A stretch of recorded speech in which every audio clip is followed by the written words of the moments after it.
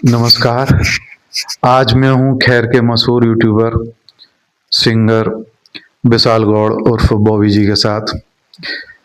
बॉबी जी, आपका हमारे इस अभियान में स्वागत है।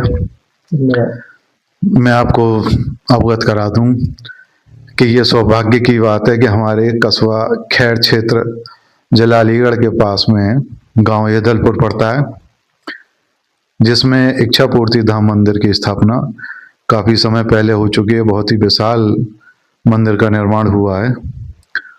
और क्या आपने कभी दर्शन किए हैं वहाँ? नहीं, मैंने कभी नहीं किए। चलिए, मैं आपसे अपील करूँगा कि आप भी जाएं, अपने इष्ट मित्रों को लेकर के पहुँचें। विशाल जी, जो मंदिर के हमारे संचालक हैं राजेंद्र देव गुरु जी, बहुत ही पहुँचे हुए हैं।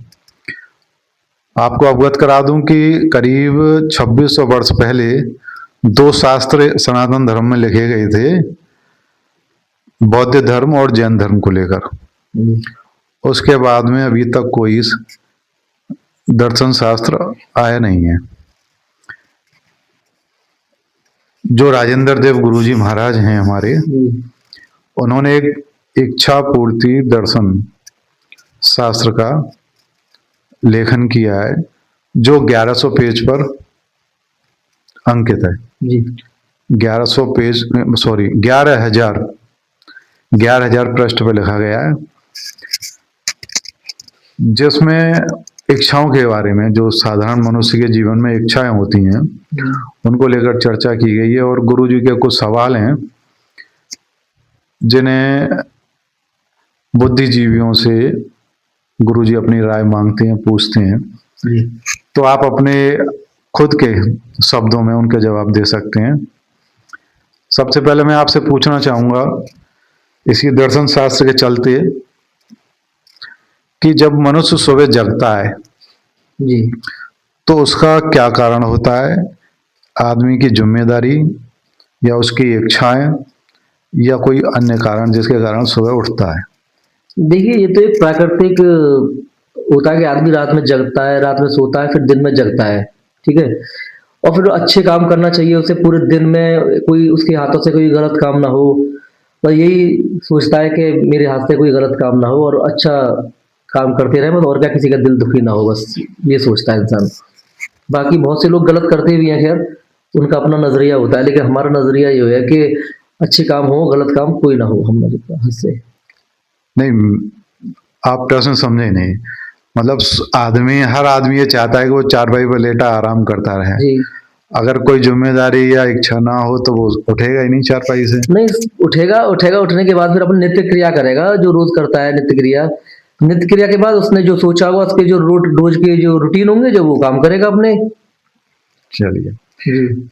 अच्छा, क्या आपको ऐसा लगता है कि जैसे एक इच्छा अगर आपकी पूरी हो गई तो दूसरी इच्छा जागृत हो जाती है? हाँ, बिल्कुल होती है। आदमी महत्वाकांक्षी होता है और उसकी इच्छा सीमित होती है। कभी इच्छा खत्म नहीं होती, कभी भी असीमित होती है इच्छा। एक के बाद एक जागरूक होती रहती है। हाँ जी, बिल्कुल। क्या संसार में कोई ऐसा व्यक्ति मिल सकता है जिसके सारी इच्छाएं पूरी हो गई हों? नहीं, मेरा ख्याल है कुछ नहीं, कुछ ना कुछ अधूरा जरूर रह जाता है। सारी इच्छा पूर्ति नहीं हो पाती है। अगर कोई संभावना है तो किस क्षेत्र में, कहाँ? जी, अगर संभावना, तो संतोषी आदमी होता है, वो ही सुखी रह सकता है, जिसने संतोष कर लिया कि ठीक है, जो कुछ है भगवान पे छोड़ देता है। कि ये संतोषी आदमी, कहते हैं ना, संतोषी सदा सुखी। तो वो संतोष जब आवे, संतोष धन सन सब धन धूर समान, तो वो आदमी सुखी रह सकता है, बस। यानी कि जो संत महापुरुष हैं, हाँ जो इस विषय भोग और दुनिया से परे हो गए हैं, जी, जी, जी। शायद उन्हीं की इच्छा हाँ, पूरी वो हो भी गई कुछ हो। ही लोग हैं, कुछ ही या संत हैं। दुनिया में कोई ऐसा मनुष्य है जिसकी कोई इच्छा ना हो? मेरा ख्याल तो ऐसा कोई भी नहीं है शायद, कि जिसकी कोई इच्छा ना हो। कोई ना कोई एक साधु महात्मा भी अपनी अगर पूजा करते हैं, तो वो उनको भी एक लालसा होती है, कि वो होती है लालच के मेरे को मोक्ष मिल जाए, मोक्ष मिले, है ना। इस वजह से हर आदमी कोई ना कोई जुड़ा हुआ है किसी लालच से, या किसी उस। यानी सांसारिक जीवन के चलते तो ये संभव है ही नहीं कि हाँ कोई आदमी इच्छा ना रखे, लेकिन उसके बाद अध्यात्म में भी लोग जो शिक्षा और ज्ञान के लिए इच्छाएं रखते जरूर हैं, हाँ बिल्कुल रखते हैं। चाहे वो मोक्ष की हाँ, हो, मोक्ष चाहे इच्छा स्वर्ग की हो, जी जी, या कैसी भी हो। कुछ भी कारण होता है, मोक्ष का भी होता है उनका। अच्छा, क्या आपका ऐसा भी मानना है कि इच्छा जो है विकास की जननी है?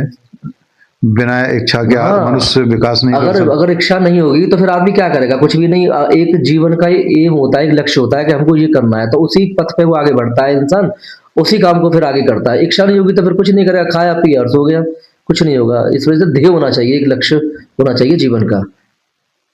यानी बिना इच्छाओं के आदमी की तरक्की और विकास नहीं, संभव नहीं है। नहीं संभव नहीं है, बिल्कुल। क्या आपको आज तक कोई अपने क्षेत्र में किसी इतिहास में या किसी चैनल या किसी समाचार के माध्यम से ऐसा व्यक्ति प्राप्त हुआ है, सुना या समझा है कि जिसकी सारी इच्छाएं पूरी हो गई हों? नहीं, नहीं, कोई भी इच्छा नहीं होती है, कोई ना कोई कहीं न कहीं इच्छा रह जाती है। किसी ने कहा है कि कभी किसी को मुकम्मल जहाँ नहीं मिलता और कभी ज़मीं तो कभी आसमां नहीं मिलता। तो कुछ ना कुछ रह ज़रूर जाता है, इच्छा अधूरी रह जाती है कुछ ना कुछ, संपूर्ण कुछ भी नहीं होता। नहीं, आप अगर ऐसा लगे कि जैसे किसी व्यक्ति की इच्छाएं पूरी हो गई हैं, माना जी, जाए, जी। तो आप उस आदमी को किस रूप में देखेंगे? भगवान के रूप में, कल्पना के रूप हाँ, में, या एक कैसे? भगवान के रूप में देखेंगे कि ये इसकी सारी इच्छा पूरी हो गई है। वैसे मुझे तो लगता नहीं है, मुझे तो अपनी लाइफ़ में कोई ऐसा व्यक्ति मिला नहीं है, और मिल जाएगा तो फिर ये हुआ कि बहुत अच्छा, और इसको सब सब कुछ मिल गया, और वो बहुत भाग्यशाली होगा जो सारी इच्छा इसकी पूरी हो गई। यानी कि सारी इच्छाओं की पूर्ति वाला आदमी ढूंढ पाना बहुत बहुत मुश्किल। मुश्किल है, बहुत मुश्किल है। अच्छा, वैसे जो दर्शन शास्त्र है जो गुरुजी ने लिखा है, उसका सार ये है कि मैं आपकी सहमति चाहूंगा अपने इस प्रश्न पर, जी।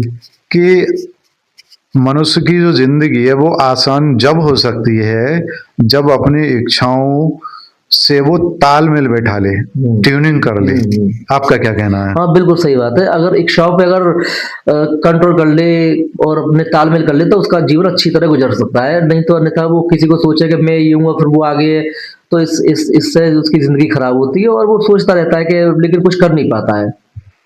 तो किसी के बारे में नहीं सोचना चाहिए, अपना जैसा है अपना, हाँ, विकास करो, तरक्की करो, अच्छी बात है। लेकिन किसी को मतलब किसी को नुकसान पहुँचा के ये गलत है। अच्छा, वैसे दुनिया एक ही चीज के पीछे पड़ी है, जी। इच्छाओं को पैदा करना हुँ, और उनकी पूर्ति पूर्ति करना। करना।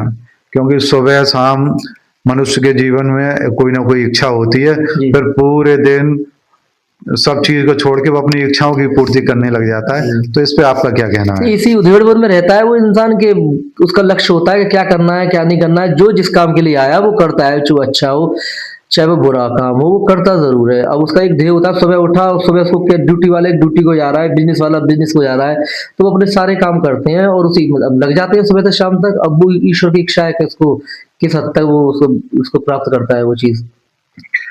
गुरुजी का मानना ये है दर्शन शास्त्र के तहत कि अगर सफल जिंदगी और आसान जिंदगी जीनी है जी।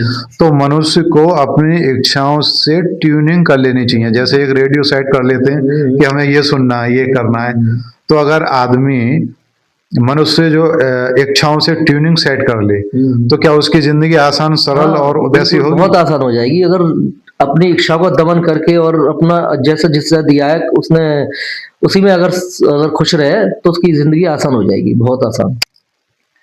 चलिए, मैं आपको जो हमारे दर्शन शास्त्र के तीन जो मुख्य मीनिंग अर्थ हैं वो आपको पूछ रहा हूँ, और उनके बारे में आपके विचार भी जानना चाहूंगा। हुँ, गुरु जी का मानना ये है कि दुनिया ऐसा आदमी ढूंढ रही है कि जिसकी कोई इच्छा ना हो। दूसरा ये कि अभी भी खोजा जा रहा है इच्छाएं पैदा करना और उनका निस्तारण करना या उनकी पूर्ति करना। तीसरा ये कि दुनिया में कोई ऐसा इंसान नहीं है जिसकी इच्छाएं सारी पूरी हो गई हों। तो आपके विचार बताएं। नहीं, ऐसा तो कोई इंसान नहीं है कि जिसकी इच्छा पूर्ति हो गई हो। और जो संतोषी आदमी होता है, जो सब्र कर लेता है कि ठीक है, वो सुखी रहता है। अन्यथा मेरी नजर में आज तक कोई ऐसा कोई व्यक्ति आया नहीं है कि जिसकी कोई इच्छा ना हो, और इच्छा हो तो उसकी पूर्ति हो गई हो, या वो अपने आप में खुश हो के मेरी सारी इच्छाएं पूर्ति हो गई है, अब मुझे कुछ आगे करना नहीं है। तो ऐसा मेरी नजर में अभी तक कोई ऐसा व्यक्ति नहीं आया है। अच्छा, जिस मनुष्य की इच्छा पूर्ति हो गई हो, जी।